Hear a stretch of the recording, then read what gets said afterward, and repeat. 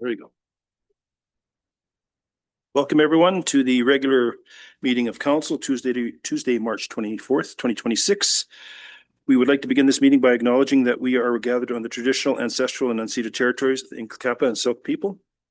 Do we have any public input? I have two names on the public input. If this is for the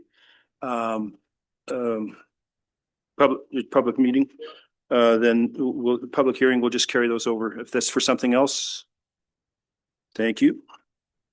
So we have none for that first public hearing. Thank you. Adoption of minutes 4.1 regular council meeting minutes March 10th, 2026. Recommendation that the minutes of the regular council meeting held on March 10th, 2026 be adopted. Councillor Baxter, Councillor Hogan. Any errors or omissions? All those in favor? Carried. Special council meeting minutes March 6th, 2026. Recommendation that the minutes of the special council meeting held on March 6th, 2026 be adopted. Councillor Petrosi, Councillor Egan, any errors or omissions on that one? All those in favor? Carried. So, public hearing.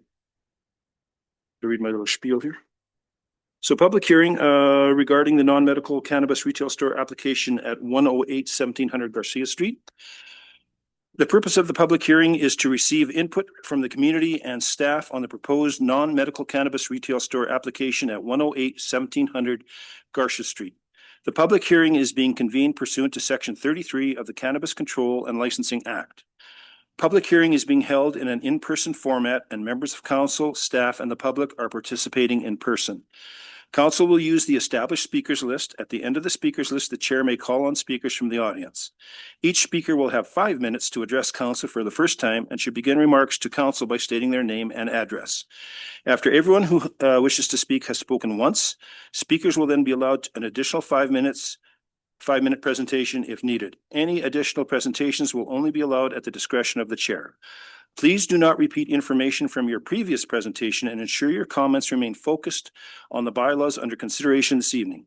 If a written submission has been provided, there is no need to read it as it will have already been seen by council. It can be summarized, ensuring the comments are pertaining to the bylaws under consideration at this hearing. All members of the audience are asked to be respectful of one another as diverse opinions are expressed. Council wishes to hear everyone's view in an open and impartial forum. Council is here to listen to the public, not to debate the merits of the proposal. Council may ask clarifying questions. The corporate officer has a binder containing documents and submissions related to the proposal, which council has received and which members of the public are welcome to review. Everyone at the hearing will be provided an opportunity to speak. If necessary, the hearing will continue on a second night. At the conclusion of the public input, council may request further information from staff, which may or may not require an extension of the hearing, or council may close the hearing, after which council should not receive further new information from the public, and that the public is being streamed live. The public hearing is being streamed live over the internet and recorded in accordance with the Freedom of Information and Protection of Privacy Act. I will now ask the corporate officer to introduce the proposal. Thank you, Your Worship. Tonight's public hearing, as you've mentioned, is in regards to the non-medical cannabis retail store application for 108 1700 Garcia Street. The public hearing has been advertised in accordance with legislation in the newspaper, and all of the submissions that have been received up until this point are available in the binder that is over on the table for members of the public to review, and council has received hard copies as well. Thank you very much. So I do have a list of speakers here. First on the list is Steve Hagan. I'll just get you to come up to the table, Steve, and hit the little button there. Forget your notes. Spent all day working on those. All week. You're good to go. I'm pretty familiar with this process. My name's Steve Hagan. I live at 2001 Gillis Crescent. I own Quilshanna Cannabis, which is the first cannabis store in Merritt, the only locally owned one, on 1937 Quilshanna Avenue, which is right next to the Coldwater Hotel. April and I own Quilshanna Cannabis, and we started renting the building back in 2018. So we're going on 8 years of this business. It took us 2 years to get through licensing and our life savings, and a lot of grief, a lot of council meetings, This is my third mayor. The only councillor here that was here when we first started is Councillor Etchert. We've been through councillors such as Clara Norgard and Kurt Christopherson, Mayor Linda Brown. She was a councillor, I believe, during the when we first had our first public hearing. So there have been a lot of changes in the opinions of council and the city as regard to caps and distance between stores, and all the different things have been discussed sort of ad nauseum over the last 8 years. We've had 2 other stores open since. One was My Buddies up on the hill. That's a chain store that had about 3 locations under that corporate banner, and another 8, I believe, under the My Buddies banner. Or sorry, I can't remember the name of the cannabis store that it was under, but there were 2 corporations that were tied together. And then we had the Williams Lake First Nations open one of their stores in their chain here at the Adelphi, which is in the area that we originally wanted to open the store, and we were denied by council because of the daycare being there. So we've been through this. Our motto, which is sort of appropriate to what I'm here to speak about today, is shop local, support local, and we're pet friendly. Our space is rented from a local landlord, not Jim Pattison. I work full-time for YRB as well. I'm actually supposed to go out tonight for the storm we're at, which should give you an idea. This isn't a get rich quick sort of scheme. This is just a retail business that works on short margins like a lot of the other businesses here in town. We're here because not just to support our own business, but we want to support Merritt, and especially downtown Merritt. It doesn't take a rocket scientist to walk downtown and see that downtown is really changing. A lot of our former retail space has been turned into office space. An office space isn't really very productive. It does offer some jobs, but there's not a lot of production when it comes to sort of investing capital and getting the proceeds from that capital and then reinvesting those proceeds into the community. Our store offers full-time positions to our employees. None of them get minimum wage, and none of them ever have. We pay above minimum wage. We shift overlap by about 6 hours a day, so that even though we don't necessarily need to have full-time staff in our store, we have them there because we believe in supporting our workers. And in order to support their families, they need to have full-time jobs that pay well. We supply things like paid lunches, half an hour every day. Our employees get paid above and beyond their regular pay. They get a minimum of a quarter of an hour of overtime on every day, every shift they do, just so that they can make a little bit of extra money. And, that's 2.5, 3, 4 hours a check. And our employees, their families make commitments to this community based on their job security. They make commitments to their local landlords. If they're not able to pay their rent, our local landlords suffer. And they make commitments to things like their auto loans and other things that they may need to get their kids around to appointments and hockey games and things like that, which is also another commitment that costs money. I don't know if you've ever had a kid in hockey or in any other type of sports. It's really expensive. Dance, baseball, all these different things that kids are in. These all require steady full-time jobs that pay above minimum wage in order to make sure that our families can support the commitments that they make to our community and to their children and to their friends and families in this town. And so I'm not against competition. I don't really want to have to compete with a Walmart-like chain that has 76 locations across this country and is affiliated with locations in the United States as well. At least to the best of my knowledge, I've done some research, and their logos are exactly the same and their mottos and all of that. So I'm imagining they're the same company, perhaps with a different corporate structure. But our downtown it's becoming a monument to struggling and declining locally owned businesses. And I think all of the people in this room know that. And if they don't, they probably should. Major employers continue to close. We've had Aspen Planers close for months. really hurting people. And those jobs, as we know, Minister Parmar has allowed them, the warehouser now, to sell the timber rights for this local area to Gorman. So yeah, some of the local log truck drivers are making some money. The odd logger is making some money, but all those jobs have been displaced to Princeton and West Kelowna and Kamloops and wherever else it is they decide to take our logs.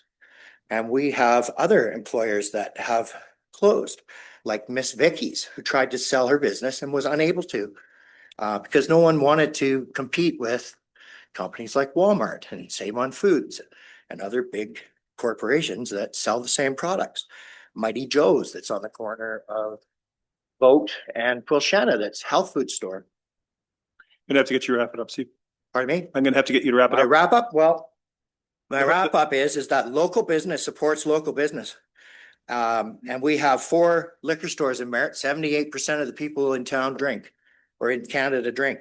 We have 3 cannabis stores. 33% of the people in Canada use cannabis. So the margins aren't there. Liquor stores have to be 1,000 meters apart. And we've been given assurances that local government, or large government and large chains wouldn't be allowed by councillors like Tony Luck, Mayor Menard, and other councillors. And I'm sure if you look back in the record, you'd see that that was the case. We really need to support local, and bringing in giant chain stores to compete against mom and pop operations and the other chains that we have here that are at least semi-local is, I think it's unfair. And I think that you'll see that almost everyone in this room here is here because they have the same feeling that I do. So I'd like you to think about the long-term effects of your decision tonight, and think about the families in the downtown sector of Merritt. Thank you, Steve. Thank you.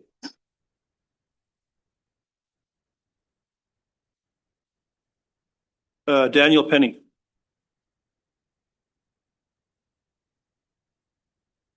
Hi there. Good evening, everyone. Good evening. My name is Daniel Penny, and I'm here representing our Unity Cannabis Store at 2101 Kilchena Avenue. Good evening, Mayor and Council. I mentioned my name is Daniel Penny, and I'm speaking on behalf of Williams Lake First Nation today. First, thank you for your time this evening and for the opportunity to speak. I appreciate your consideration and your willingness to hear our concerns.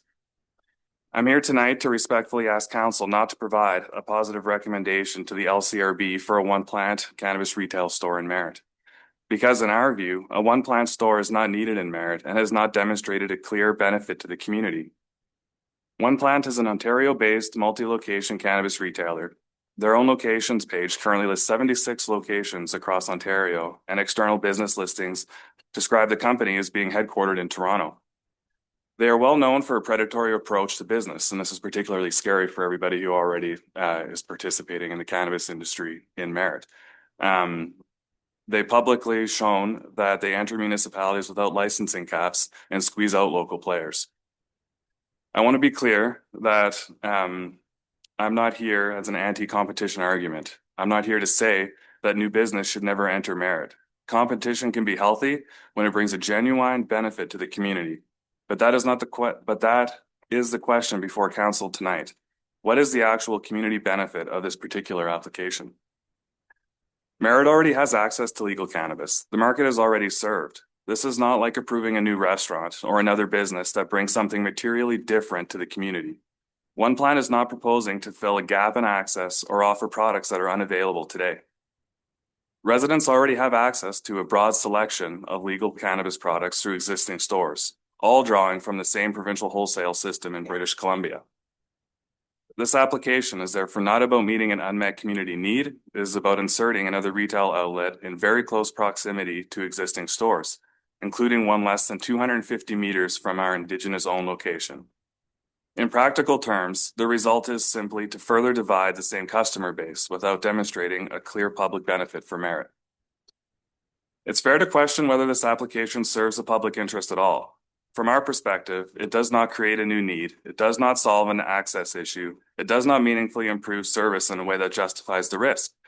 And growth for a large external retail chain in itself is not a community benefit.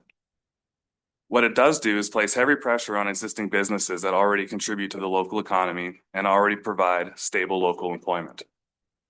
So respectfully, I believe council must ask a simple but important question. What does Merritt actually gain from approving this store? What makes this matter especially important is that Unity Cannabis is not just another store. We are an Indigenous-owned business, and we have invested in Merritt in a meaningful way. We employ local people from this community. We have built a strong team here. In fact, we have a young and promising store manager who has purchased a home and is looking to build a future in Merritt, in part because Unity has provided stable employment and an opportunity for him to grow. Those are the kinds of local outcomes that matter. Those are the kinds of outcomes council should protect and encourage. I believe that point matters even more when viewed through the lens of reconciliation. If Indigenous businesses are being encouraged to participate in the legal economy, invest, create jobs, and build sustainable operations, then those efforts should not be undermined without a very clear and defensible reason grounded in community benefit. I would also ask council to consider the petition that has now been gathered in opposition to this proposal. In a very short period of time, we've created a proposal with over 100 names. And they're not just random names. Those are names of our actual clients. And so these are people who are actually cannabis users, and they don't see the point of another retail cannabis store in Merritt either. In our view, that's meaningful. It shows that these concerns are not isolated and that there is a real public doubt about whether another cannabis store is needed in Merritt. At the end of the day, this decision should not turn on whether another store can fit within the rules on paper. It should turn on whether approving it is actually good for the community you represent. With respect, I ask that you look carefully at what this application truly adds, what it may displace, and whether supporting it is really in the best interest of the community. So for those reasons, I respectfully ask council not to support this application and put forward a positive recommendation to the LCRB. Thank you again for your time and consideration, and we look forward to continuing to be a positive contributor to the city of Merritt. Thank you. Thank you.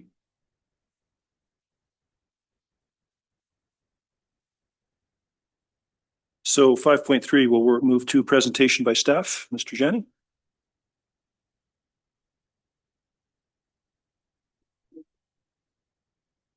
Thank you, Worship. I'd just like to provide a quick summary of the staff reports. As you can see in your package that we have circulated these applications and we have met all the statutory requirements regarding public notice.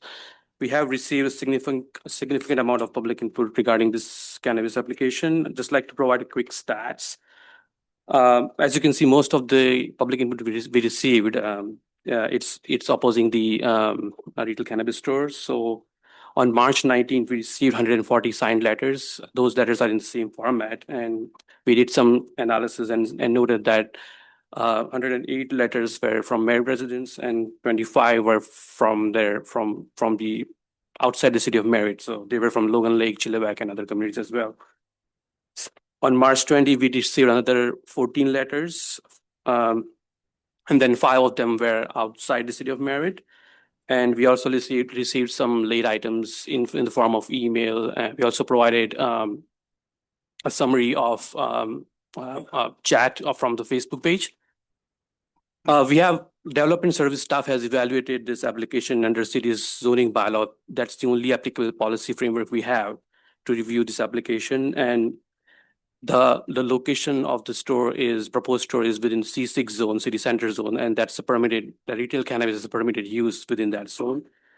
We also reviewed section 4.43, and it meets all the criteria of those sections. So from our perspective, it's an allowable use and meets zoning bylaw requirements. We also looked at some other communities just to understand what kind of policies and framework they have. Most of the communities that we looked at, for example, Abbotsford, Penticton, Nelson, they have either some sort of zoning bylaw or council policy to regulate maximum number of stores in the community. But yeah, from our perspective, we only have zoning bylaw at this time, and as per the zoning bylaw regulations, that's an allowable use.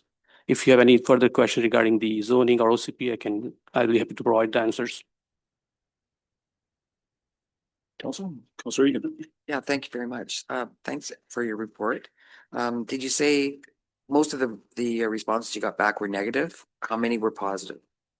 I think there were a couple of comments in the Facebook chat that sort of supported the use, but I think majority sort of, yeah, was like we haven't really analyzed the Facebook comments, but the letters that we have received, that were all against, and emails and the letters that we received that were all against the proposed location. Thank you.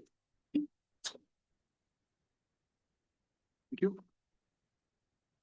Any other questions? Thank you, Mr. Jan. Thank Appreciate you. it. I do believe we have the proponent online, do we not? Seal? Thank you, Your Worship. We did have an indication that the proponent would be available online. Can I ask the proponent if they are available online to please put on their picture and we can and unmute yourselves?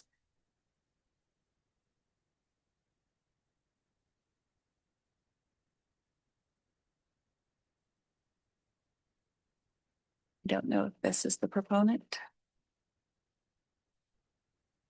Give it a If couple minutes. this is the proponent, PL, could you please unmute yourself if you wish to speak?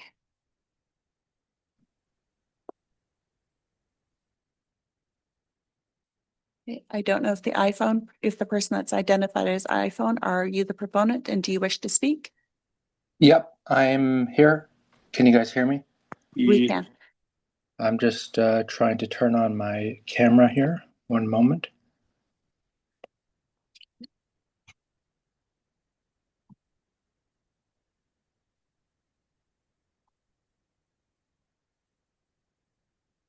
There we Hello. go. Good day, sir. If you could just give us your name, please. Hi, my name is Corbin Greenwald. Thank you. And your address, please. Address is 110 Arnold Avenue, Thornhill, Ontario. Floor is yours, sir. So yeah, we have recently looked into this specific site. We're pretty excited to join the community here. We do have a corporate team in British Columbia. We have started from the island where we started with Trees Cannabis. They've been around for 6 years. So most of those employees are going to be running the one plant organization in BC as we open up more doors in the coming months and years. We have never shut down a store in the past 6 years since the legalization. We have supported many employees with great pay, reliable growth, and we definitely stress internal hiring.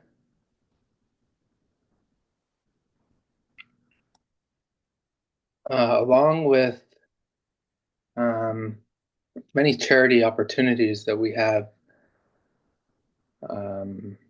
gone along with, such as Pet for Paws, which we started in 2025 and have raised over $80,000 in proceeds.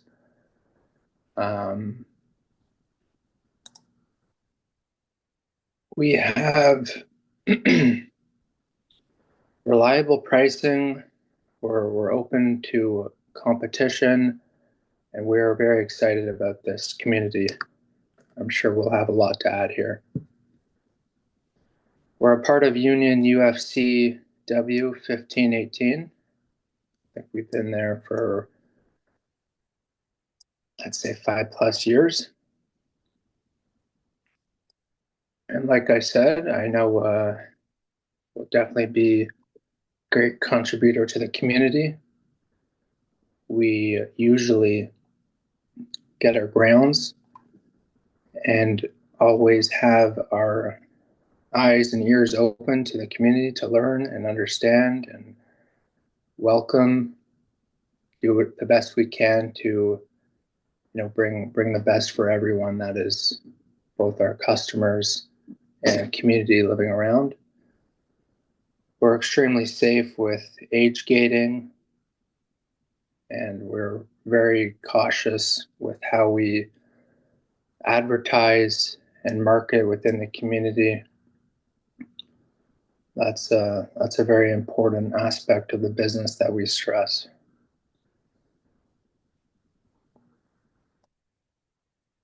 Okay, guys, thank you for the time. I know that wasn't so clear and concise, but I was just filling in for a colleague that had had some arrangements last minute he had to attend to. So I appreciate the time. Thank you. Thank you, Corbin. Appreciate it. Staying up 3 hours later.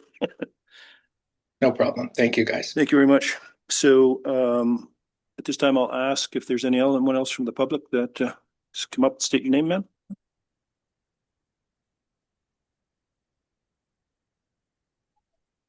I'll get you to push the button in front of you there. And you're on. I'll just get you to state your name, please. Hannah Weiler. Good evening, Mayor and Council. I have prepared a submission that I would like to read. Can we get your address as well, please? 1437 Camford Ave, Merritt, BC.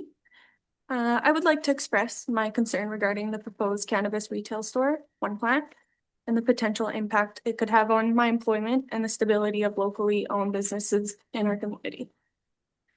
I'm currently employed by Shanna Cannabis Company for 5 years, almost 6 years coming up, a locally owned business that is deeply rooted in our community. My employers are not only dedicated to running a successful business, but they also prioritize supporting local initiatives and creating meaningful employment opportunities. Sorry, I don't do this much. Our workplace currently supports 3 local staff members, including myself, and provides a stable and supportive environment that values both its employees and the community it serves. The introduction of a large corporate chain into our local market raises serious concerns about job security. Large retailers often have the resources to undercut smaller locally owned businesses throughout pricing, marketing, and brand recognition. This creates an uneven playing field that can force small businesses to reduce staff, cut hours, or in some cases, close entirely. If businesses like the one I work for are negatively impacted, it would directly affect my livelihood and the livelihoods of my coworkers. Beyond employment, it would also mean the loss of a business that actively reinvests in the community and supports local economic growth. Unlike large corporate chains that locally owned businesses tend to keep profits within the community, strengthening the local economy and fostering long-term sustainability. My concern is not only about my job, but about preserving the type of employment that values people, community, and stability. Jobs provided by local businesses are often offer a more supportive and personal work environment, which cannot easily be replaced by larger corporations. I respectfully ask that these factors be carefully considered when making decisions about approving new large-scale retail operations in our community. Protecting locally owned businesses means protecting local jobs, community investment, and the overall well-being of our town. Thank you for taking the time to consider my perspective. Thank you.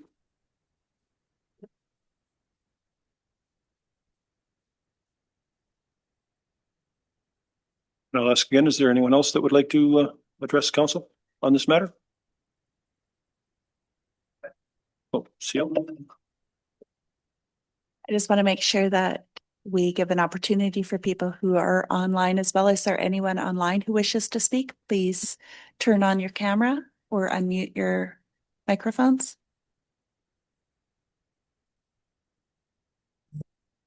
I don't see any cameras or any microphones that have been unmuted online. Okay. Steve, you like to have another 5 minutes? Please come to the mic. Need 5 minutes. I just wanted to address a couple points. Sure, please. Once again, Steve Hagan, Merritt resident. Happy to be here in this town, actually. It's a great town. Couple things I wanted to respond to the report that was given about some of the bigger cities and the caps that they have. And I did the math, and including the 3 government stores in Kamloops. Kamloops is our closest really town to compare with.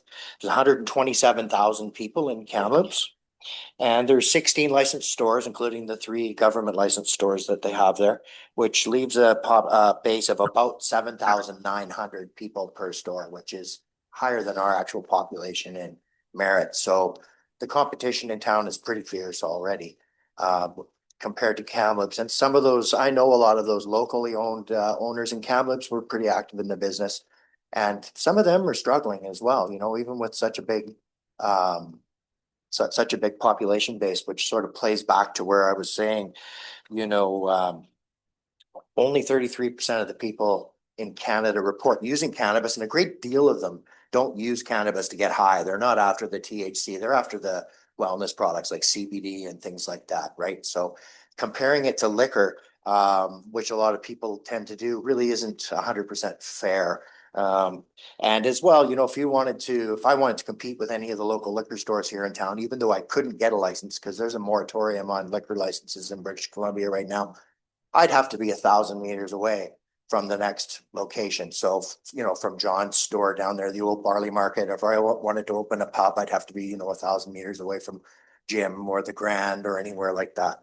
And also I've invited a lot of people here and they're quite shy, and I would just beg your perseverance for me for a moment. If I could ask anyone who is here to support our cause of not having another cannabis store, if you could maybe raise your hand, or right, so you know, you can see we have a pretty good turnout of people here locally, as well as I think the 170 or something submissions that we submitted through our store and that Danny had submitted through Unity.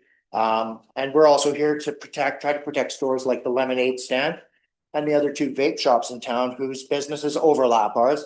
They don't sell THC or CBD, but they do supply accessories and, you know, items that are related to the use of cannabis, whether that's on the wellness side or, you know, the recreational side. So I just wanted to point out those few things, council, just for some clarity and to let people sort of have a better understanding of what we're all about.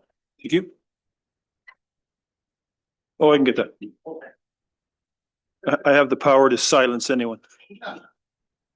This will be the last call for anyone online or in the room to speak if they so wish. Wait a couple of minutes here. Yes, ma'am. Come up, give us your name and your address, and you're good to go. Yeah, just press that button right in front of you, and you are good to go. Okay, my name is Janisha Ryan. I live in Brookmere. I work for Wilshire Cannabis.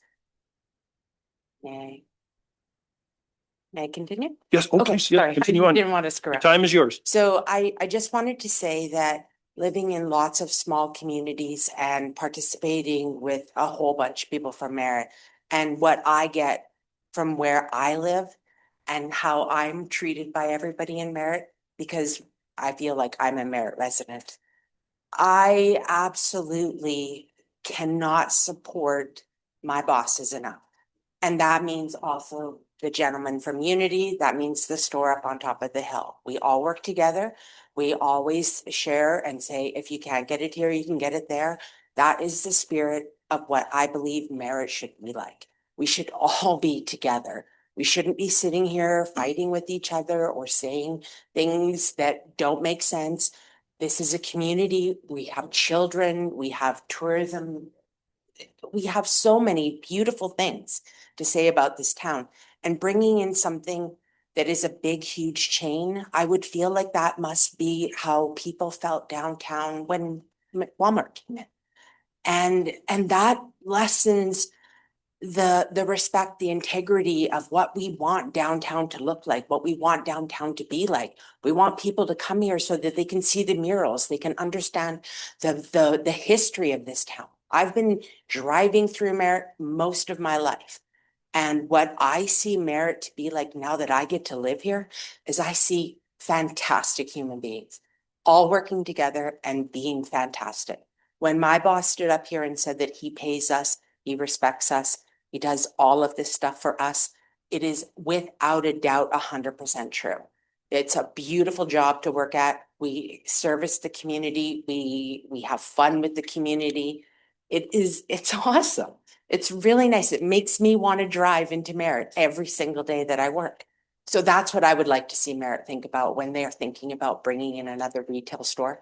I'd like you to think about the fact that we can go to Valley Grays, and there's so many positive posts on their pages talking about how this community has come together for them. And it's built something that's freaking amazing, where you have an 18-year-old kid being a baker. and he's still there and he's loving his life. That's what we need to see. We need to see the children and the young adults, instead of going missing and hanging out behind the businesses or partying in an alley. We need to see people creating jobs here that bring the happiness back into this community. So thank you very much. Thank you. One more time, anybody has anything to say online or? Yep. Daniel, again, 5 minutes. I'll get you, just hit that button. Thank I you. just needed 1 minute. I just wanted to support what Mr. Hagan was saying about the numbers and how many stores different municipalities can actually support. Williams Lake has, I think, roughly 50% more people than Merritt. We have 5 stores. And I know we have one that's on the brink of closing, and then another one that is teeter-tottering. And so it does kind of align with what we've seen here since we've been in Merritt as well. So another store, it would push it over the edge, and we would definitely see somebody would go for sure. There's no doubt about that. So I just wanted to support those comments. Thank you. Thank you.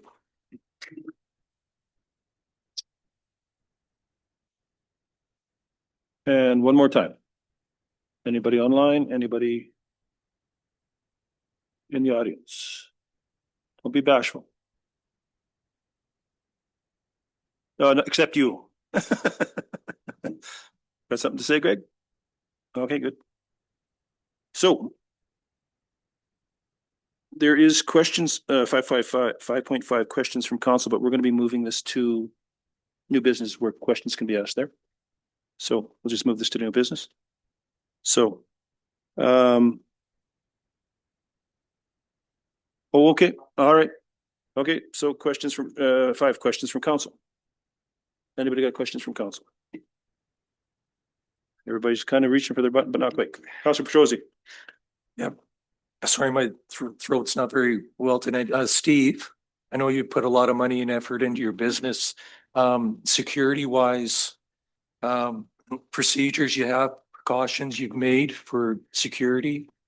We have 14 cameras. I'll have to get you come to the mic. Yeah, you got to come to the mic because we're live here. Security. A lot of things we've done. We work with community policing with Marlene. We've cleaned up the alley and the area around the Coldwater Hotel. We have 14 cameras that show us the Coldwater parking lot, the front and rear alleys, and we don't allow any vagrancy. No open drug use of any sort, whether it's cannabis or anything else. No alcohol use. We've gone from having multiple overdoses every week in that back alley and in the Coldwater parking lot to having it policed quite effectively in there. You know, and I understand that some of that's getting pushed into other areas and other businesses. But our area has, we've seen a real reduction in panhandling, and we have the Merritt RCMP that come quite frequently when they have other crimes that occur in the community, because we do have an excellent security camera system. It's monitored 24 hours a day. I have a big screen TV at my home, and I'm watching downtown whenever watching my staff, and I watch them leave. And if anyone, you know, to make sure that they're safe when they leave, when they close at night. Frankly, we don't stay open until 11 because we want our staff to be safe. Safe, yeah. But the security is with that, and our windows are still screened.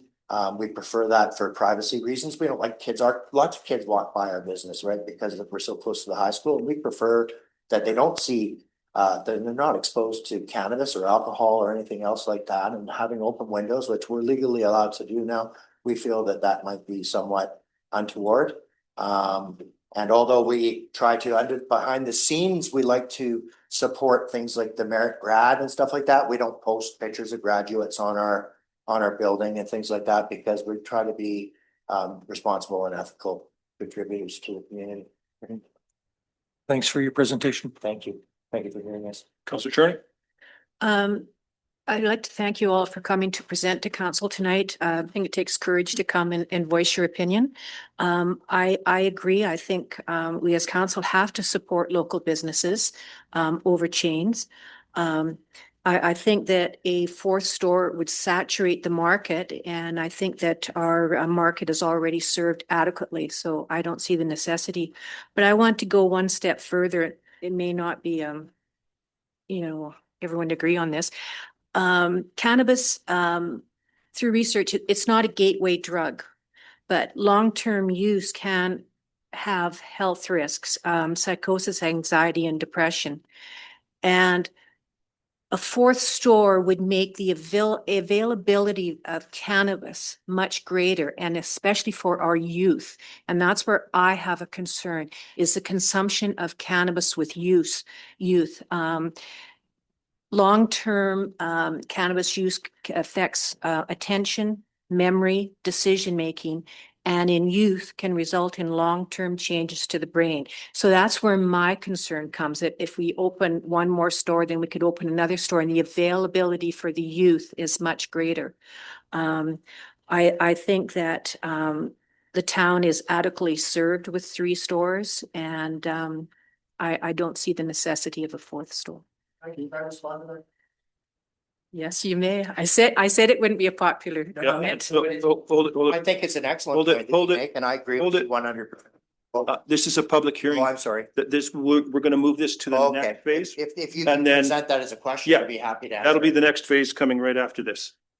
We have to keep this impartial. This is just questions about what you've heard, not opinions at this point in time. Anybody else? One of Okay, my colleagues is trying to join. Pardon me? A colleague of mine is trying to join.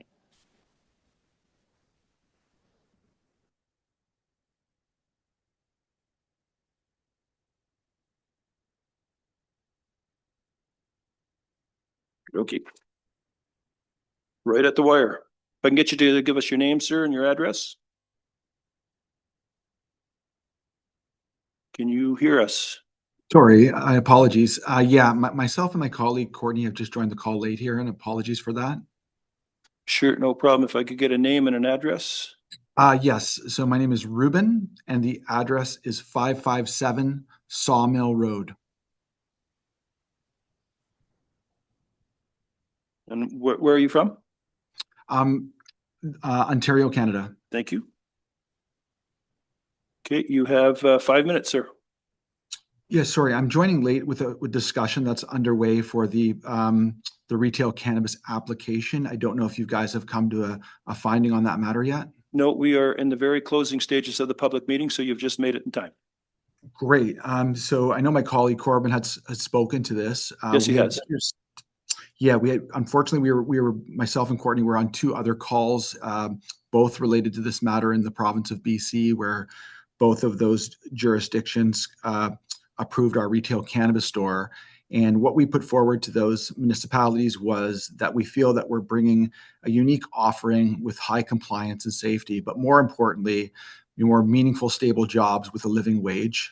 We work closely with Union UFCW 1518.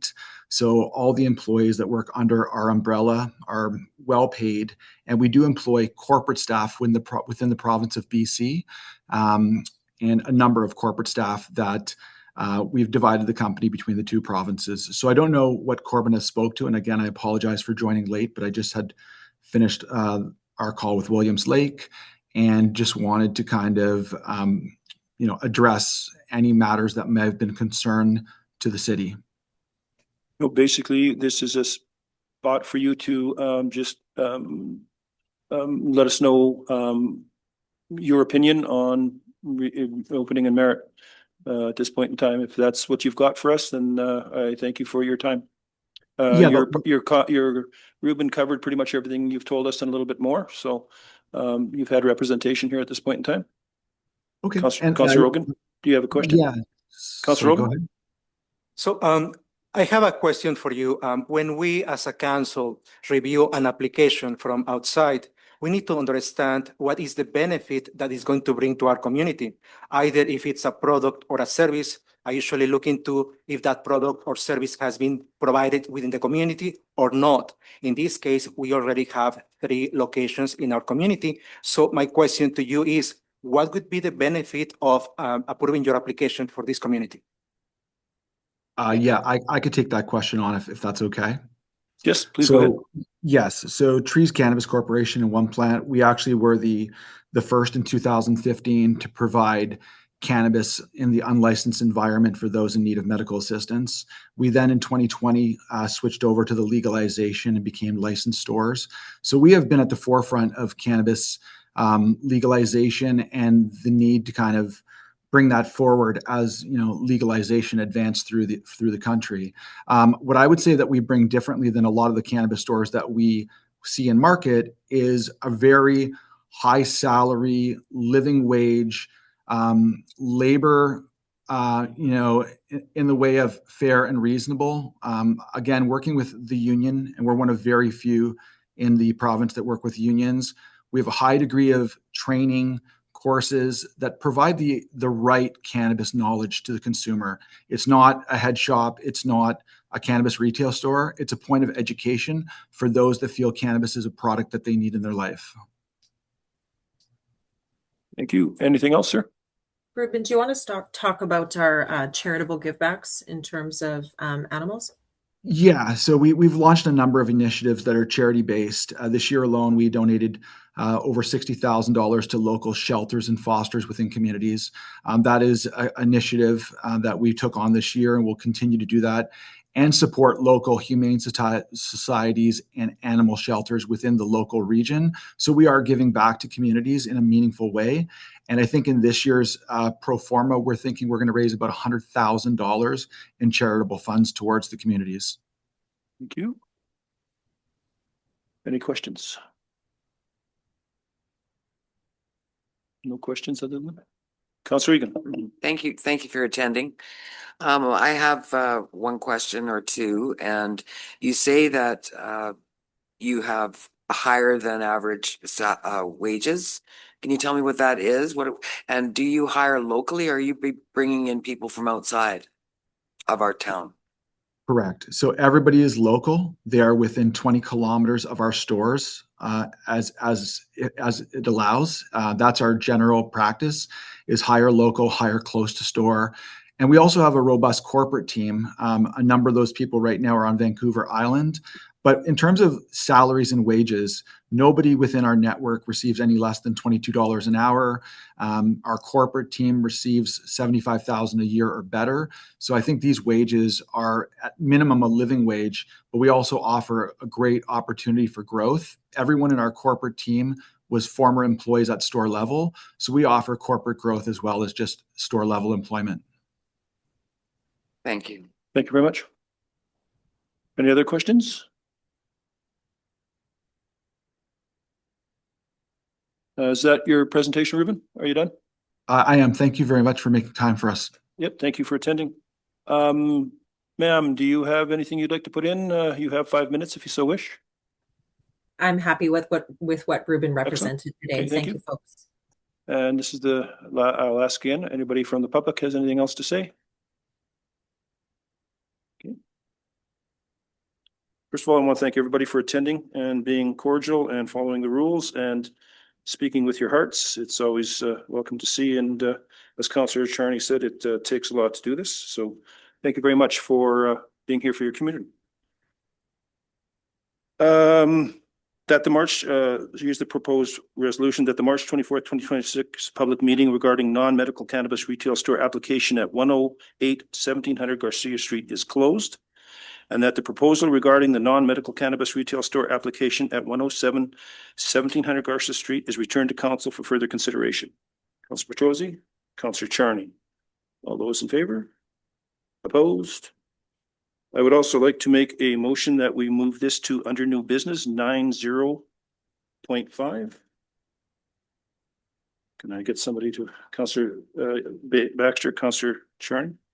So this will go to 9.5 or 90.5 or 90. All those in favor under new business? Thank you. So now we morph ahead from that to new business, and we come to the recommendations of the public hearing. The public hearing is closed, and we have two recommendations.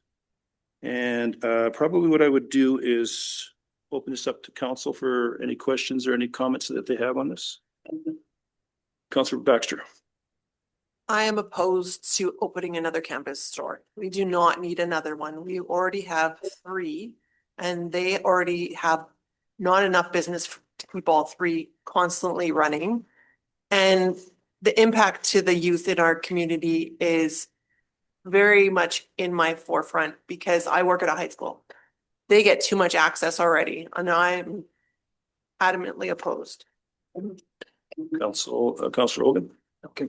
I want to address the audience. So thank you so much for being here. Many times, council, here we have to deal with difficult decisions. When we deal and assess a decision, we have to understand the impact, that's the community as a whole, what impact it's going to be. So the fact that you are here makes my decision easier. So thank you so much. And I encourage everyone to attend every time that we are dealing with decisions like this. So it could be unreasonable for me to support this application. I don't feel that the new applicant is going to bring anything new into the community. So I think that the community is already served by three locations and it's enough. So I could be against. Councillor Etchert. Yeah, so echoing the comments of Councillor Charney and Ogan, thank you to everybody for your information and comments, especially the petition, all the information, all the letters. It really shows.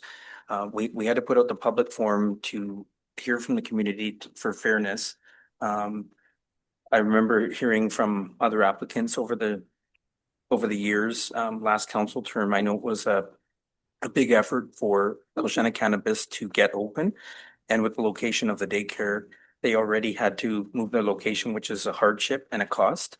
And I think we have to consider of the ones who are here locally and supporting our community over the last few years and hearing from the community that most of the comments have been against the opening of the other store. I think that we need to support the ones that we have, and I am not in support of the 4th location.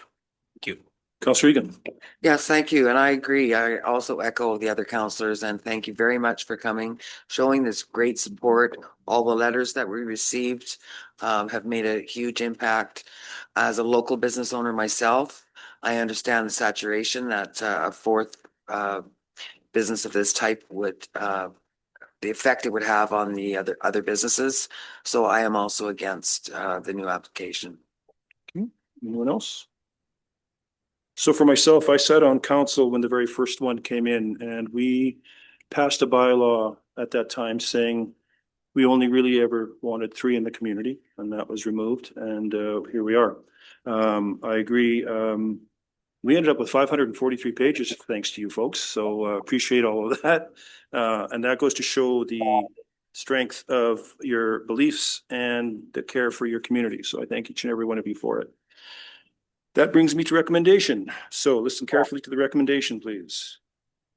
Recommendation that council direct staff to provide a positive recommendation to the Liquor and Cannabis Regulation Branch, LCRB, following the consideration of public input from the public hearing for the non-medical cannabis retail store application at 108 1700 Garcia Street in Merritt.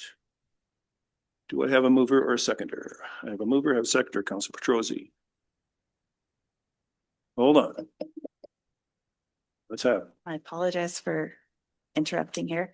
There are 2 recommendations on the agenda. You can select either one to move forward with. I'm selecting this one. Okay. So again, I'm going to say it again. This is the recommendation that I'm putting forward to you is that council direct staff to provide a positive recommendation. Positive meaning I agree. To the Liquor and Cannabis Regulation, LCRB, following consideration of public input from the public hearing for the non-medical cannabis retail store application at 108 1700 Garcia Street. I think I had Councillor Egan and Councillor Petrosi. All those in favor? Opposed? Defeated? Thank you, everyone. Public hearing is over. In favor?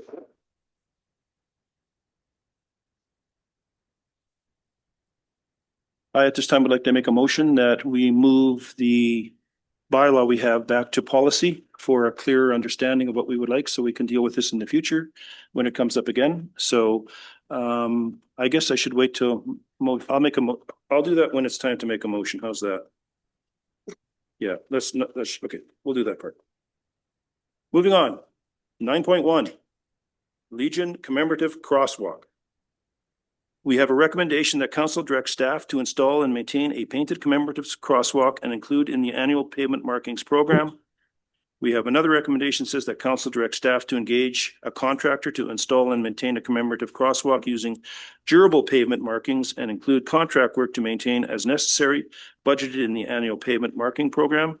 A third recommendation that council direct staff to permit the Royal Canadian Legion Branch 96 to install the markings of their choice at their cost for installation and regular maintenance. Councillor Etchart, Councillor Olgan. Questions on this? You have it in front of you. You've seen some of the designs. Oh. What am I pointing at? What? Oh, sorry. So you've seen the designs, you've seen everything in front of you. Mr.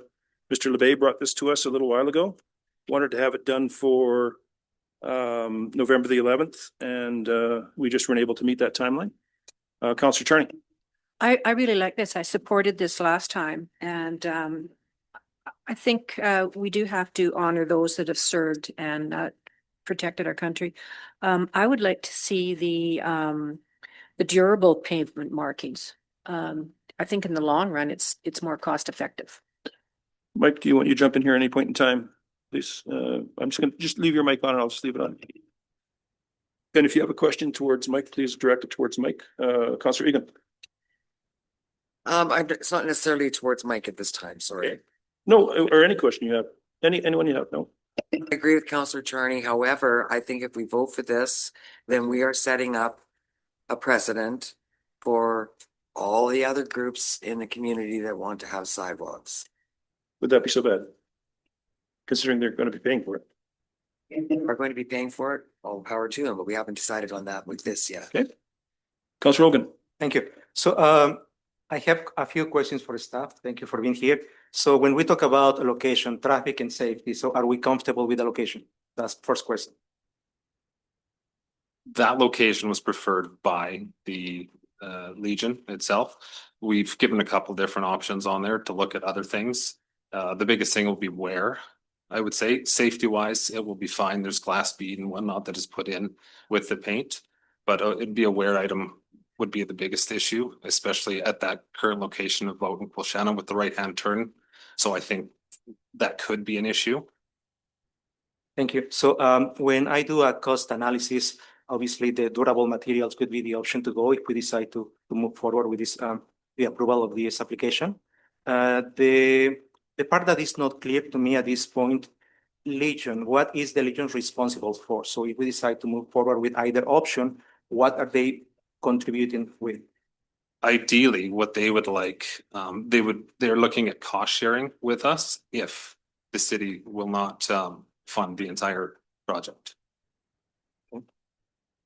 And design. So does the design meet safety standards? I don't want to make sure that there is any issues later on. So yeah, there's very similar crosswalks across BC. There's Kelowna, Peachland, very similar designs, but yes, the safety wise, they're met. So and last thing, sorry. Yep. One thing that Councillor Egan mentioned, so I agree. So we have to have some type of policy. We have to understand how are we going to be addressing future applications requesting the same idea. So if there is a cost sharing action right now here and it's not going to add additional cost to the city, I would be in favor. Thank you. Would you make a motion to push this to policy? Sorry. I think that we need to deal with this one now. Okay. We can just, for future ones, just go with policy. Good. Councillor Petrosi for the first time.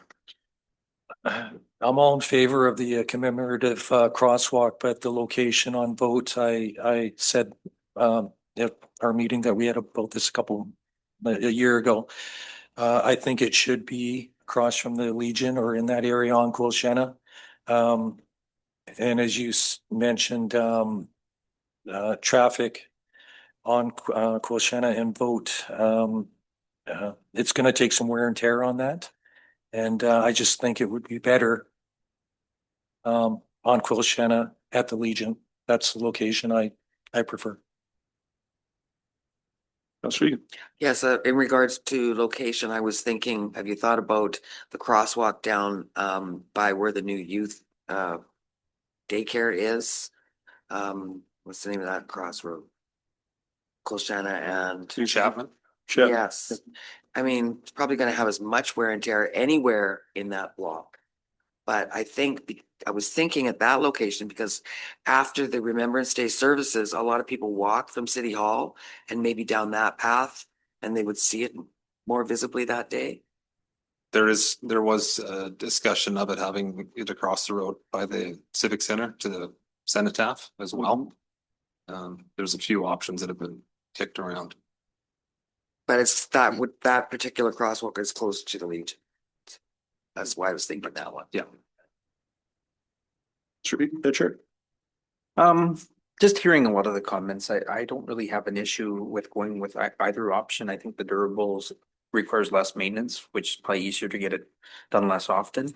Crosswalks, I don't, if there's going to be a cost sharing and a requirement, I think we can easily make a policy on that. But I think it's important to support the veterans, especially you don't see them coming asking for much, and people who have lived in the community. I think it's important to honor the history. So I'm in favor. Councillor Charney. I just want to know, is there any documentation on distraction with painted sidewalks? Not that I've seen yet. Okay, so it hasn't been brought up in communities then? No, I spoke with Quesnel this afternoon. They have 5 actually. They call them specialty sidewalks. There's a different groups for each one. I know they pay upwards of $25,000 to $30,000 a year. I think one of them may be maintained by a separate group, whereas the municipality takes the rest of that cost. Okay, and I think that maybe this should go to policy. This was one of the questions that was brought up when we were running for council, painted sidewalks. And We've been here before. you know, I think there were 18 different responses to it. I don't see a problem with having designated sidewalks for different groups, and if they're going to cost share, I think that's great. But I would like to see the Legion go ahead. I support what Councillor Etchert said, and I think we have to support our veterans and push ahead with that one. Anyone else? Yes. CEO. Thank you very much, Your Worship. A couple of things on this, the traffic environment, even though that's what's common right now, it's been vetted through Transportation Association of Canada. So the style and whatnot, I mean, their crosswalks with some fill in and some artwork essentially. So they meet the criteria, they get signed and whatnot as necessary wherever they go. The environment of intersections gets to be a high wear area. And the other concern I've got is even with durable markings, and we've noticed this with some of the markings on Boat Street going up the hill, that certain areas of them wear off pretty fast and they shouldn't be. Largely because our plows can scrape at them and they sit up that much more. There is an option that hasn't been priced out yet that is way more common in the more cold climates of northern BC and Alberta, where you do an inlay, in which case then you drop the surface down and you pour it in. So it's not a wear surface on top. You get a lot more life out of it. Something we can consider, but depending on your choices here, you may want to have a look at maybe not talking specifically about the location, but how you expect it to be costed out and paid for. We can continue to work with the Legion on possibly a mid-block one at the Legion. We had talked about a mid-block crosswalk before, possibly on the other end of Quilchena as well, as a traffic calming thing, maybe raised as a trial. So we can look at other locations that suit. I think your biggest question here is going to be responsibility for cost, if you don't mind me saying so. So just to let you know, in Kamloops, they have one by the TNRD building, which is the orange one with the feathers across. That gets repainted every 2 years. Every 2 years. And it's when it's time for repainting, it's time for repainting. but it does last 2 years, and it's part of Kamloops now. And yeah, so it lasts 2 years. Yeah, and that's Victoria Street, and it handles it quite well. So maybe we should do these. Any other questions before? So let's do these recommendations one at a time. Let's do that. So the first recommendation we have is that council direct staff to install and maintain a painted commemoratives crosswalk and include in the annual pavement markings program. Councillor Etchart. Need another one. Councillor Petrosi. So again, read that. I'll call the question. All those in favor?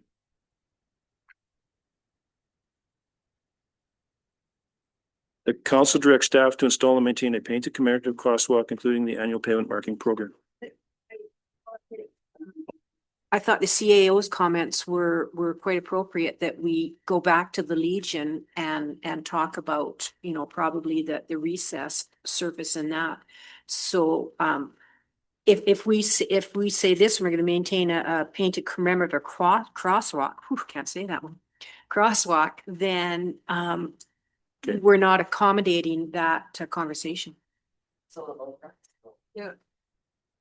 So yeah, we have 3 recommendations here. So what would we like to do with these? So with the 3 recommendations, you got a choice there. The first recommendation is working just with paint and identifying it at a city cost, which would be a twice a year paint job most of the time, because our paint tends to wear off fairly quickly throughout the course of the year. The second recommendation would be to move to a durable marking, which hopefully is going to run, 3+ years after an install, and then have to be redone at that point. Again, with the costing going to the city. The third one would be a recommendation that you allow it and the Legion will pay for it at their own cost. So that's why I was mentioning, if you consider the costing more than the location and or the type, it really comes down to your preference on costing. If you want the city to pay for it, you've got 2 choices of durables or paint. And there's complications either way. Paint wears out really fast. So. Councillor Baxter. I thought could we go back to the Legion and ask about cost sharing? Because according to what I Googled, there's cost sharing in other communities where they both pay, like we pay, they pay. Yeah, that's not something that came from the folks that did the investigation on it with them, although, that's definitely a legitimate, nobody's proposed a cost share at this point, and it wasn't provided in way of information. Councillor Hogan. Well, I feel like we can create a 4th option where council is in agreement of proceeding, so we have to just engage the Legion for the details about a cost sharing option. If that be your preference, 100%, we can go with that. So, CEO, we have, how many resolutions do we have on the floor at this point in time?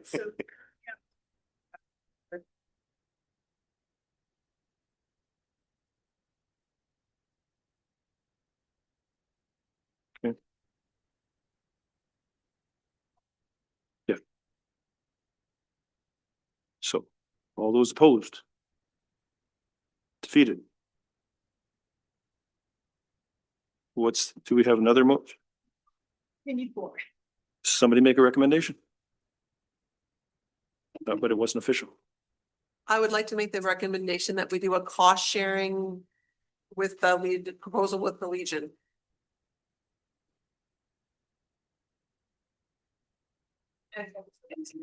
And type of service.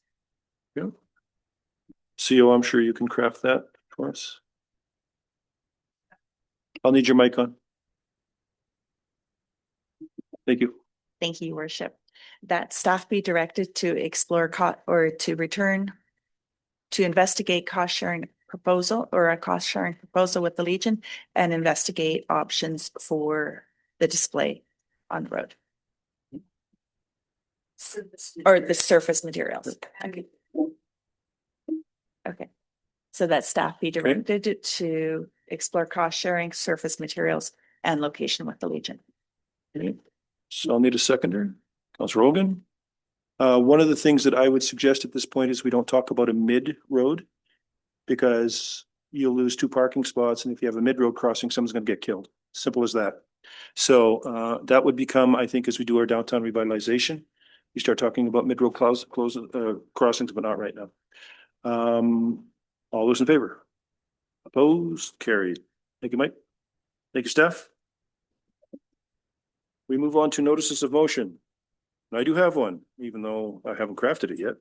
The notice of motion is I would like to see the bylaw for the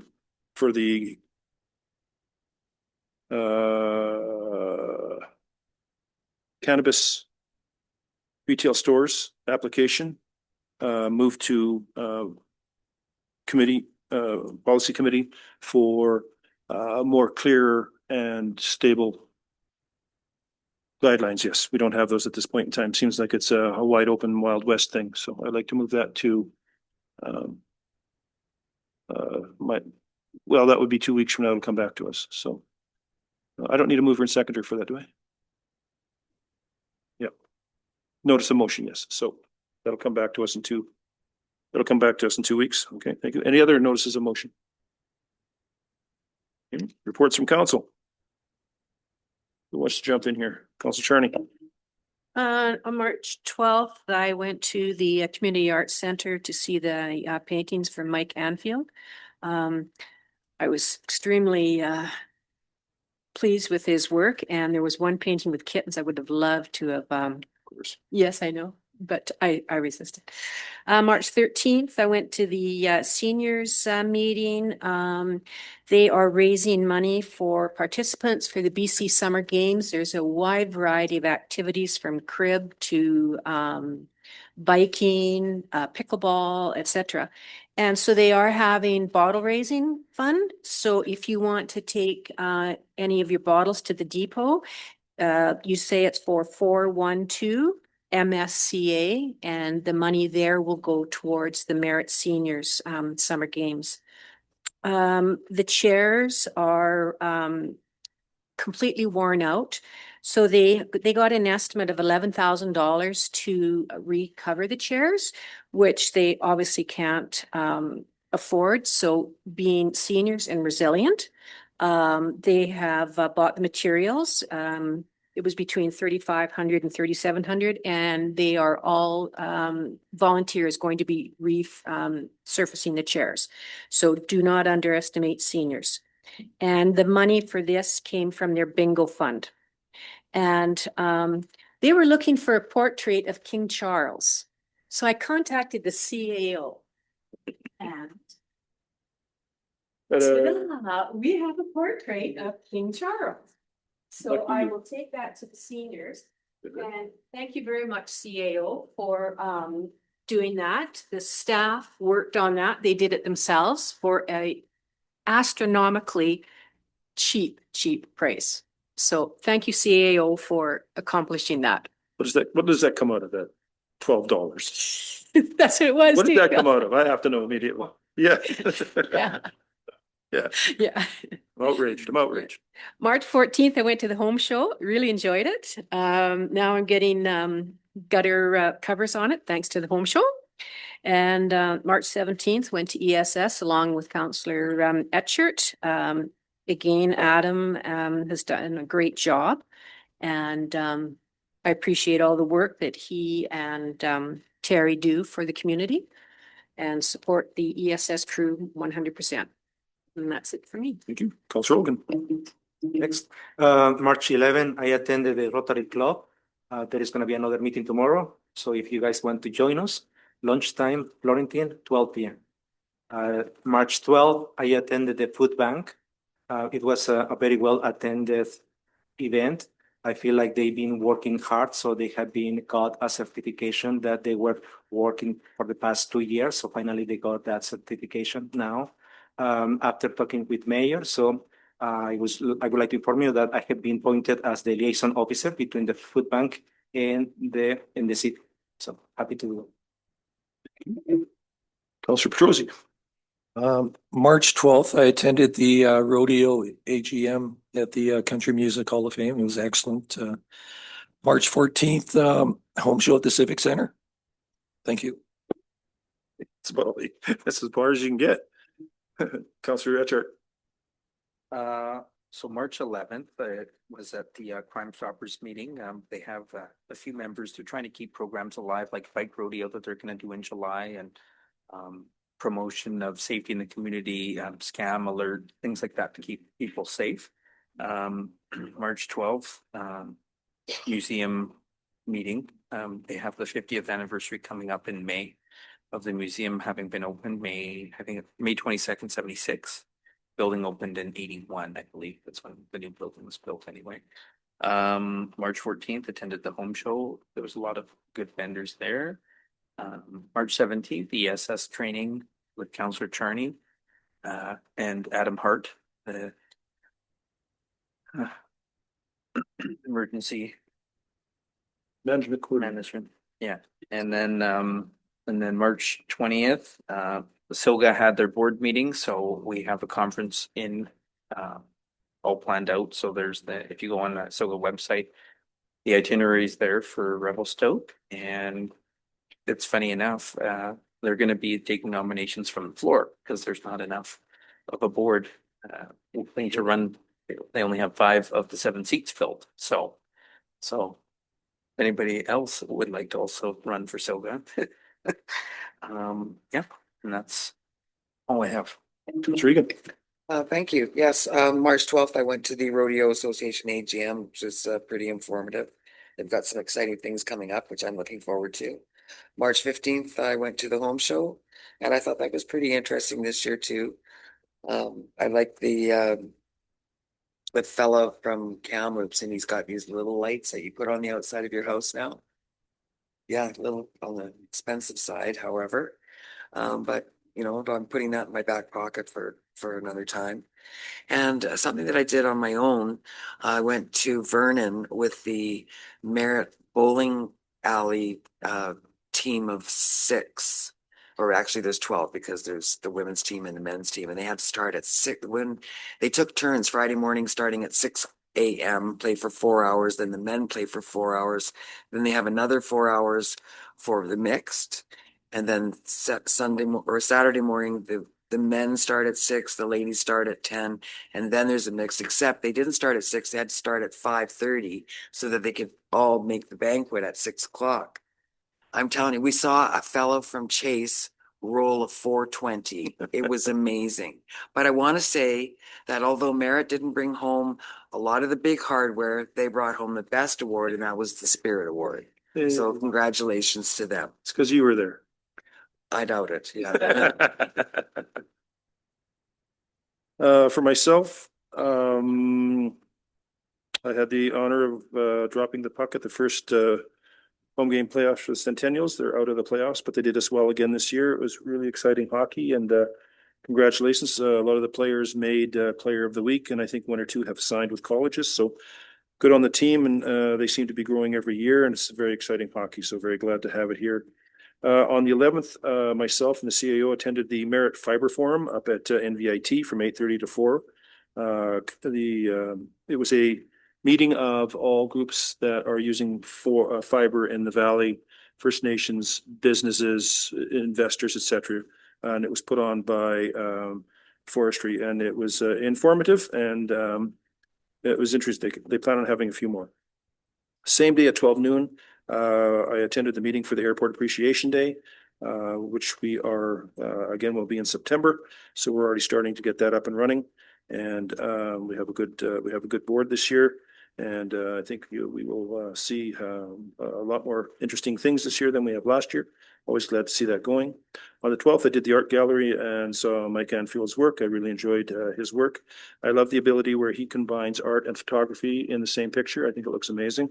And then I went to the Rodeo AGM, and as Councillor Egan said, a lot of exciting things are happening and they're growing. And I think they have said that this last year was the best rodeo attendance they've ever had, and they're doing very well. So on the 13th, I met with Lyle from Community Futures Nicola Valley, our monthly meeting to talk about what's going on with CNV in the city, to see how we can help each other out.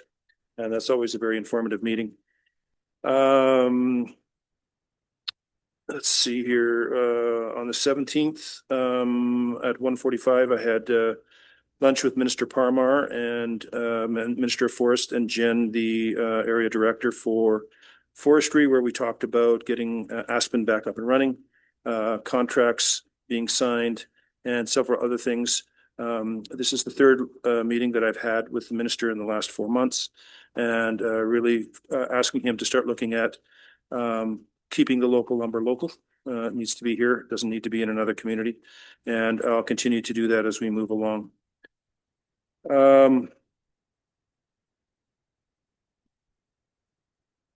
At 5:30, I attended the U13 hockey team awards up at NBIT. They won their division in Penticton, and next meeting we'll have them here with their banners, and we'll give them a night that they deserve. They did very well. They went in as the alternative team and cleaned up and won the whole thing. So it was really nice to see. On the 18th, I went to Nicola Meadows, my monthly visit where I keep the people up to date there, and had a very good meeting there. Very inquisitive people. On the 19th, I had chaired the meeting for the 5 mayors on the mitigation flooding, which is the mayor of Abbotsford, mayor of Chilliwack, Hope, Princeton, and Merritt, where we are working together to get funding for the dikes, and I chaired that meeting, and we will be moving ahead. We have approached Trans Mountain, Enbridge, BC Trucking, the First Nations, and 2 or 3 other groups for letters of support to support us. Contacted FCM to get a letter of support and arrange some meetings for us with any minister we possibly get at FCM. So we're moving along on that. On the 21st, I attended the community yard sale along with Councillor Ogan. It was really well attended, and I have to admit, I had a lot of little people around my table because I'm a child myself, and they were the most well-mannered little individuals I've ever come across. I was very impressed with our young folks. Yes, sir, no, sir, 3 bags full, sir, full of information. I was really impressed with them and impressed with their parents for raising such great little kids. And that is about it for me. So thank you for that. I'm not doing guest buddy because it could change within the minute. So it's dreadful. I don't need to talk about that. Too painful. CAO report. It's in front of you, CAO. You're on. Thank you, Worship. Just wanted to draw your attention to a few things, at least on the portion of the report that I'm a little more familiar with. You'll see a section in there about water meter installs. The contractor is pretty much finished up their primary work here in town and are moving on. And it looks like we're going to be finishing up very close to 90% on what I would call the voluntary part of this, where people are booking appointments and getting things done. And what comes next is we're working with the system. We have some other anomalies that we're going to try and complete regarding mobile home parks and stratas and things like that, but we're never done according to the bylaw correctly. So we're still working on a number of things that we're going to put our hands on ourselves, but the primary work with the contractor should finish up at about 90% or just under. You'll probably see the second picture in sort of the public works section of things with projects and whatnot. They've added some stepping stones and gravel and whatnot in and around what's called scattering garden up at the cemetery.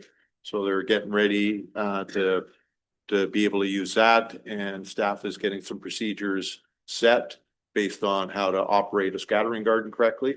Not sure I really need to know, but they're working on it just for your comfort. We do have a picture in there of the commercial waste truck that we've recently taken possession of. Mike and his crew put their hands on this a little bit, and in order to save some dollars for the city, did a trade-in deal with our old truck and had them remove that arm that was sort of the backup for the residential truck that was purchased a number of years ago that gets bolted onto the side of that thing to make it usable for our side pickups. And they had a bunch of that moved over to this truck to save a bit of money instead of just buying all new stuff. So that's up and operating and in town moving along. Pictures specifically, we've got a picture in there of the recently completed juniper outfall above the golf course. The picture you see there is the pipe in the ground before it was all backfilled. Project turned out very nice. Don't ask me about the budget, but that'd be a thing for another day. We did have a couple of small challenges. It won't be too bad though. It won't hurt much. That's next on my, well, couple of it on my list here anyways. You'll see a picture of the exercise area behind Quilshena. Staff got together on that and finished that project by adding the play surface gravel in there at the right depth to allow protection. Got it all set. One side note on that, the one walk I have done myself around there, was rather disappointed to see somebody with a dog on a leash using it as a go out spot. Just for your information. The building that you see there, that is the boat pump house. You recall we had a fairly significant blow up over there last year with the systems being wiped out with a gasket going. So what you see there is a squared off building where it used to inset in on the one corner to the right. We've had it squared off and we're moving the interior equipment that we need to protect out into that area. Another one of those success projects of when we asked the bigger question of the consulting and contracting community of what we needed to do to make this happen, almost choked on the initial pricing of that. So Mike and his crew put their hands on this again. They looked after it by basically generaling the project themselves, hiring a framing contractor to get the building done, looking after local contractors to get the interior components moved. And we should be well within budget by the time we're done this instead of well over the way it started coming out. So another one of those examples of if we put our hands on some of these things in the right way, we can definitely save money on a regular basis. Contributing point on that all the time is, do we have the time to do it? We don't ever want to make excuses of lack of time is the reason that we're spending way too much money. So we're doing everything we can to conserve dollars on every project that we can. When we find that they're not going to be done efficiently as hoped. Yeah, from the public works and projects perspective, that's what I know about. You got any questions? That's Petrosi. Claybanks RV, when's it scheduled to open? Do you have a date for? Gee, I don't know. Because I guess the water's been turned on now and Sandy Dump is working. Yeah, yeah. Okay, I'm sorry I missed it. Yeah. And Sandy Dump is operational? Yeah, Sandy Dump's operational all year. Okay. It's just the water's not necessarily. Are we charging? We're not looking at that? We're looking at it. It's time and money. So. Okay. Okay, thank you. Shirley. Again, thank you for such an extensive report. I appreciate it. And I do appreciate the fact that the city, the crew are trying to do some work before contracting it out. And I understand the time restraints, but I do appreciate making that effort. There is one question I would like from the fire chief. 100 calls for service and it's 20% increase over last year. How many of those calls are medical?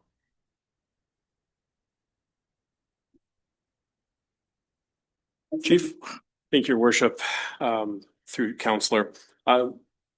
We have about 50% of our calls per month are a result of medical emergencies. Okay, that's a lot. And we don't get reimbursed for those, do we? We don't, but if you were to look at any municipality that offers the first responder program, about 50% of their call volume comes from medical emergencies. So the 20% increase, is that through the medical issues or is that for other calls? I'd say in that month in particular, that was the other calls. That is the nuisance fires, that is the survival fires, that is those type of calls. We've had a lot of malicious fires, I guess you could say. And I'll be reporting the same in this next month's report as well. This is a question for the mayor and maybe the CAO, if I'm allowed to comment on the flood recovery mitigation report. True. Okay. I'd like to know that there seems to be a missing link here of affected stakeholders. I see there's a lot of consultation with many groups, but I don't see any consultation with stakeholders that live along the dike and that are being affected either on full acquisition or parcel acquisition. So I was just wondering when and why that's the missing link in this report. Seal? Thank you, Your Worship. Don't really have a good explanation for that. This report is mostly generated on projects and activities. That particular program regarding the residents that are within the bio program is running separately and independently through an outside consultant. So it's not something that would be reported quite the same way as project successes of building the actual dikes and working in the campground, things like that. No, I'm just talking about, they have the walkthroughs and, the pre-project walk down, et cetera, and no affected stakeholders were involved in that. I'm just wondering why. And Yeah, they're identified stakeholders. I believe you're talking about the Stewick's project, I guess. On the area where you've got Dike 129, 130, the Indigenous engagement pre-walk, pre-project walk down, and then the other one walk down with the DFO and WLRS staff.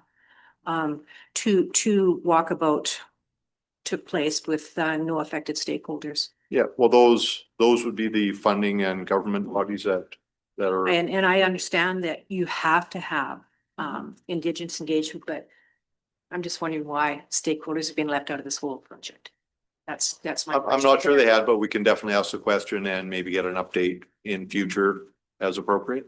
Yes, because I can say that there have been 422 touch points with First Nations from the beginning to now, and there have been 0 touch points with affected stakeholders. So 422 to 0. You mean other stakeholders such as property owners and other people in the community? Okay. The only touch points that have taken place are since Keystone, and you do have Keystone here, and I have to agree Keystone is doing a good job. But before that, there was 0 contact with stakeholders.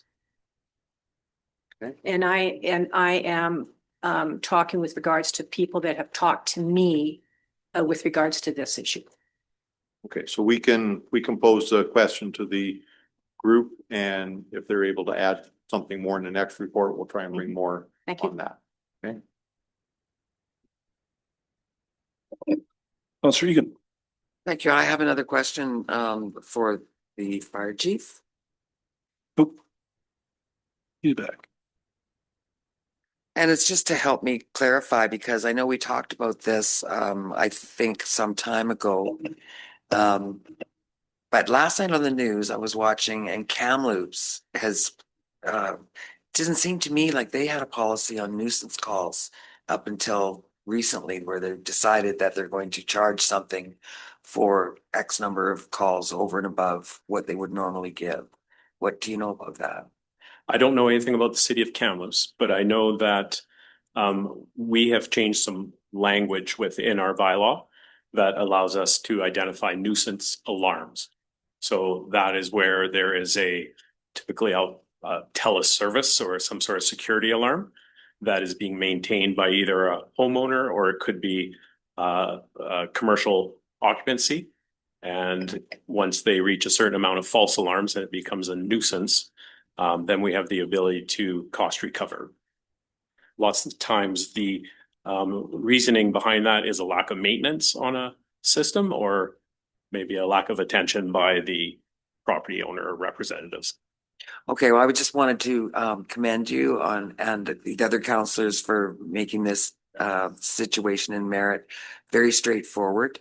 And we've got the fees in place now for over nuisance alarms, because in Kamloops, it was such a big deal that it made global Vancouver. So I just thought Kamloops should have thought about it before.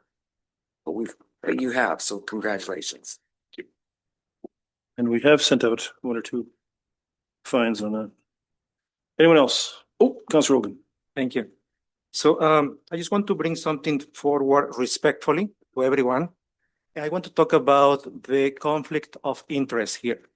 So I feel that there was a situation a few months ago. The prior CAO still was here when Councillor Baxter raised that concern, and she mentioned that the person needs to identify that conflict, nobody else, which is like for me, like a little awkward, like, so nobody else can identify the conflict other than yourself. So I feel that right now that Councillor Charney is talking about that specific item. So I think that there is a conflict of interest in my opinion that needs to be, if there are residents concerned about the information that has or not or has not been shared. So, and if she had declared a conflict of interest before, that she should refer that to a different councillor instead of bringing that one forward. So I want to have a good understanding of how we are going to be handling this conflict of interest policy, and perhaps there needs to be discussed in policy. Yeah. Councillor Charney. I agree. I have done conflict of interest, but I have had several in the last month. I've had several citizens contacting me. It's the only way I can get their things across. I did ask the mayor if I could report on the flood recovery and mitigation before I started. I asked clearly, was the CAO and mayor, was I allowed to report on that? And they did say yes. But these citizens tried to present to council. They were denied that avenue. So they have come to me and asked me to present this. So, and I haven't in the past because I have had to leave because of the conflict of interest. So when this came here, I asked if I could present, and so that.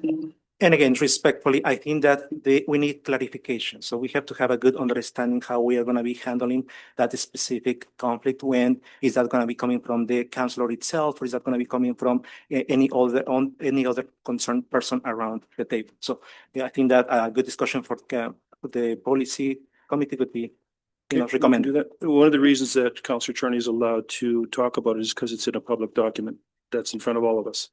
But if Councillor Charney has some issues on that, then yes, it'll have to be taken into conflict of interest or that route, because we do have a group of people looking on it. So possibly we could put that on policy to get a clear look at what that would going to be look like, conflict of interest.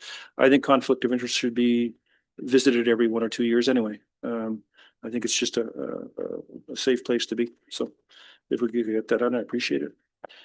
Anything else on the CAO report? Well done, very again. I'll put this with my collection. Council resolutions, that's there for you to have a look at, to see everything you've done. And then we have some information items. We have the Merritt Senior Citizens Association with a thank you letter from the Ask Wellness, and an update on the Western Canada Theatre. I do believe it's their month or whatever it is. Any questions or anything on the information items? No? We will move into closed session. Recommend that this meeting be closed to the public pursuant to section 91E, the acquisition, disposition, or expropriation of land or improvements. If council considers that disclosure could be reasonably be expected to harm the interests of the municipality of the community charter. Councillor Baxter, Councillor Etchart, all those in favor? Oh, scared. 5 minutes, and we will be back. Mike.